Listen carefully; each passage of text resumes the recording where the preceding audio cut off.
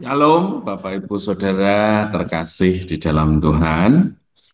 Bapak Ibu Saudara, pada pagi hari ini saya akan menyampaikan renungan dengan judul Tinggi Hati Mendatangkan Murka Tuhan. Ya, istilah tinggi hati itu artinya menempatkan posisi hati kita di atas dari yang seharusnya. Ya, lawan katanya tentu rendah hati. Rendah hati itu menempatkan posisi kita rendah. Ya. Artinya ada satu pribadi yang lebih berotoritas dibanding kita. Tinggi hati juga bisa diartikan sebagai satu kesombongan.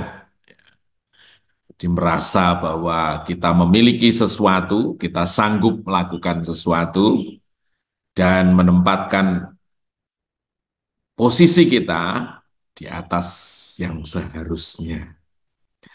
Nah, kita akan melihat bagaimana Daud, Bapak Ibu Saudara, kehidupannya itu digunakan sebagai rujukan kehidupan raja-raja di Israel. Ya, misalnya di 2 Raja-Raja 13-16, di situ dibandingkan, jadi raja-raja itu ayat satunya seperti berbicara siapa pada saat itu raja di Yehuda atau Israel, gitu ya.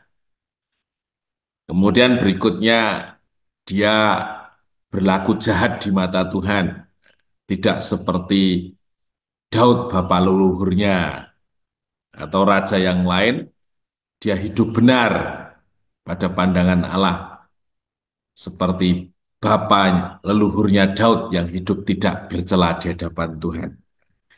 Jadi Daud itu kehidupannya digunakan sebagai rujukan bagi raja-raja Israel dan Yehuda. Mengapa? Ya, tentunya bagi pandangan Tuhan, Daud itu merupakan satu kehidupan atau kehidupan Daud itu merupakan kehidupan yang benar-benar bisa menyenangkan Tuhan.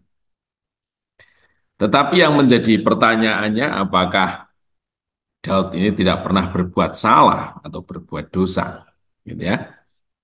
Ya, jadi cirinya Daud itu adalah dia merupakan satu pribadi yang selalu termotivasi untuk menyenangkan hati Tuhan. Jadi termotivasi itu dia melakukan hal-hal unik untuk mengekspresikan cintanya kepada Tuhan. Ya, misalnya ketika dia memindahkan apa namanya tabut perjanjian gitu ya, lama sudah di tempatnya si A begitu, dia membuat kereta yang baru, kemudian segenap imam dan bangsa Israel menari-nari di hadapan dia, kemudian tergelincirlah kereta itu, ada 2 orang imam yang berusaha untuk menangkapnya, disambar mati oleh Tuhan, dia marah kepada Tuhan. Tapi tidak lama kemudian dia kembali lagi untuk mengangkut tabut itu bahkan dengan satu apa namanya perayaan yang jauh lebih luar biasa. Katanya setiap 6 langkah dia mengorbankan apa, seekor lembu gemukan. Kemudian banyak hal lagi di mana di dalam dia berusaha menyenangkan Allah, dia selalu memberikan hal-hal unik terbaik yang dia sanggup lakukan. Ya, saya teringat sekali gitu ya. Sekarang barangkali yang menjadi ikon publik itu KDM gitu ya. Ketika akan Lebaran itu banyak orang tentunya akan membagikan sembako. Tetapi yang dia katakan, saya meminta kepada semua pihak yang membagikan sembako agar sembako itu diberikan dengan rasa hormat. Datangi satu-satu, anggap mereka manusia. Gitu ya. Pada siang lain banyak orang yang membagikan sembako itu udah dibuat rebutan gitu ya, tidak memanusiakan manusia. Itu merupakan satu cara yang unik menghargai manusia. Ya, demikian juga Daud selalu memiliki cara yang unik bagaimana dia menghormati Tuhan. Ya. Barangkali sesuatu yang diberikan sama, tetapi dia selalu ingin mengekspresikan sesuatu yang berbeda dari yang lain. Karena pandangannya begitu hormat, begitu mencintai Allahnya. Itulah Daud. Kemudian kita sudah belajar juga bagaimana Daud sangat bergantung kepada Tuhan. Menghadapi orang Filistin sudah puluhan kali. Dalam perjalanan hidupnya dia berhadapan banyak kali dengan orang Filistin. Tapi setiap kali dia berhadapan dengan orang Filistin, dia selalu datang kepada Tuhan. Dan di situ katakan Tuhan selalu memberikan satu strategi yang baru, taktik yang baru. Itu artinya bagaimana ketergantungan kepada Tuhannya itu sebagai satu cara hidup dia melekat kepada Tuhan. Tetapi nyatanya Bapak Ibu Saudara, Daud pun juga melakukan banyak hal-hal berdosa, bahkan keji gitu ya.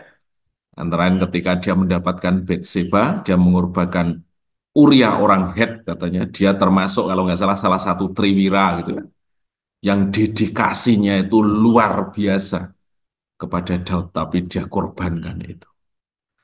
Atau ketika dia meninggal pun dia berpesan kepada Salomo untuk membunuh Yoab. Yoab itu panglima tentara yang begitu respect, begitu hormat gitu ya kepada Daud. Bahkan ketika dia menaklukkan satu kota gitu ya, itu tinggal pukul sedikit kota itu hancur, tapi yang disuruh memukul adalah Daud, biar berita kemenangannya itu adalah seolah-olah dicapai oleh Daud. Itu kan hormatnya luar biasa sekali. Cuma satu dua hal saja yang menyebabkan Yoab itu akhirnya harus dibunuh oleh Salomo. Ya, itu adalah hal-hal yang ternyata sekalipun Daud dalam pandangan Tuhan sesuatu pribadi yang luar biasa mengasihi Tuhan. Ya, pada satu sisi, dua sisi, dia pun jatuh ke dalam dosa. Nah, saya melihat Bapak Ibu Saudara ada hal-hal yang unik di sini, di 2 Samuel 24 ayat 1 dan 1 Tawarik 21 ayat 1. Ini adalah satu kasus yang berbeda, tetapi firman Tuhan mengungkapkan satu statement yang berbeda. Ya. Jadi halnya sama, peristiwanya sama, tetapi ini diungkapkan pada dua statement yang berbeda. Di 1 Samuel 24 ayat 1 dikatakan, bangkitlah murka Tuhan terhadap orang Israel yang menghasut Daud melawan mereka. Firman-Nya, pergilah, hitunglah orang Israel dan orang Yehuda. Di 1 Tawarik 21 ayat 1, iblis bangkit melawan orang Israel dan ia membujuk Daud untuk menghitung orang Israel. Jadi ini dua statement yang berbeda, tetapi korelasinya itu clear karena dia merupakan satu hal yang menceritakan satu keadaan. Ya. Jadi pada Samuel 24 ayat 1, murka Tuhan kepada orang Israel, maka Tuhan menghasut Daud. Artinya kenapa Daud bisa dihasut? Ya karena dia memiliki kelemahan. Dia memiliki satu sikap yang salah. Ya. Di 2 Tawarik 21, iblis bangkit melawan orang Israel dan ia membujuk Daud. Artinya di sini jelas mengafirmasi bahwa Daud itu memiliki satu celah sehingga iblis bisa bangkit menggunakan dia untuk menghukum orang Israel. Ya. Nah, pertanyaannya mengapa Tuhan murka terhadap Israel dan Daud digunakannya sebagai alat untuk menghukum mereka? Barangkali pada saat itu sikapnya orang Israel sama dengan sikapnya Daud, yaitu sikap yang kurang atau tidak bergantung kepada Allah atau tinggi hati. Kalau kita melihat sejarahnya Bapak Ibu Saudara, pada saat 2 Samuel 24 ini ditulis, itu Daud sedang mengalami top reputasinya sebagai seseorang dalam pencapaian karirnya. Ya. Dia waktu itu menyelesaikan seluruh peperangannya, perlawanannya dengan Saul. Ya, Saul meninggal sehingga dia diangkat sebagai raja orang Israel. Itu adalah pencapaian maksimum dari karir Daud.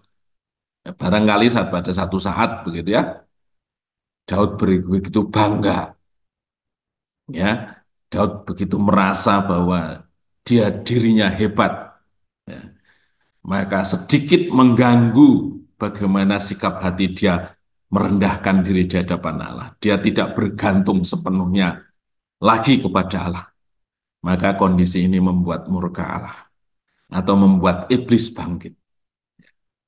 Jadi Bapak Ibu Saudara, apa yang kita petik dari firman ini adalah bahwa setiap kesempatan yang Tuhan mau, kita harus merendahkan diri, ya, selalu bergantung, datang kepada Tuhan dengan pribadi di mana kita sepakat untuk meninggikan Dia, sepakat untuk memberikan kehidupan masa depan kita hanya kepada Allah, dan kita tidak pernah bisa lepas darinya. Dia pribadi yang berotoritas, dia pribadi yang jauh lebih tinggi dari hidup kita. Dan oleh hanya karena kemurahannya, kita bisa melayani, kita bisa berbuat, kita bisa bersikap, kita bisa hidup. Sampai saat ini kita alami. Ya, terpujilah nama Tuhan. Mari jemaat Tuhan kita tetap belajar untuk merendahkan diri sepenuhnya di hadapan Allah. Karena hanya dengan itu kita akan melihat semua kebaikannya, semua kasihnya, semua anugerahnya itu benar-benar terjadi di dalam hidup kita. Terpujilah nama Tuhan. Mari kita berdoa.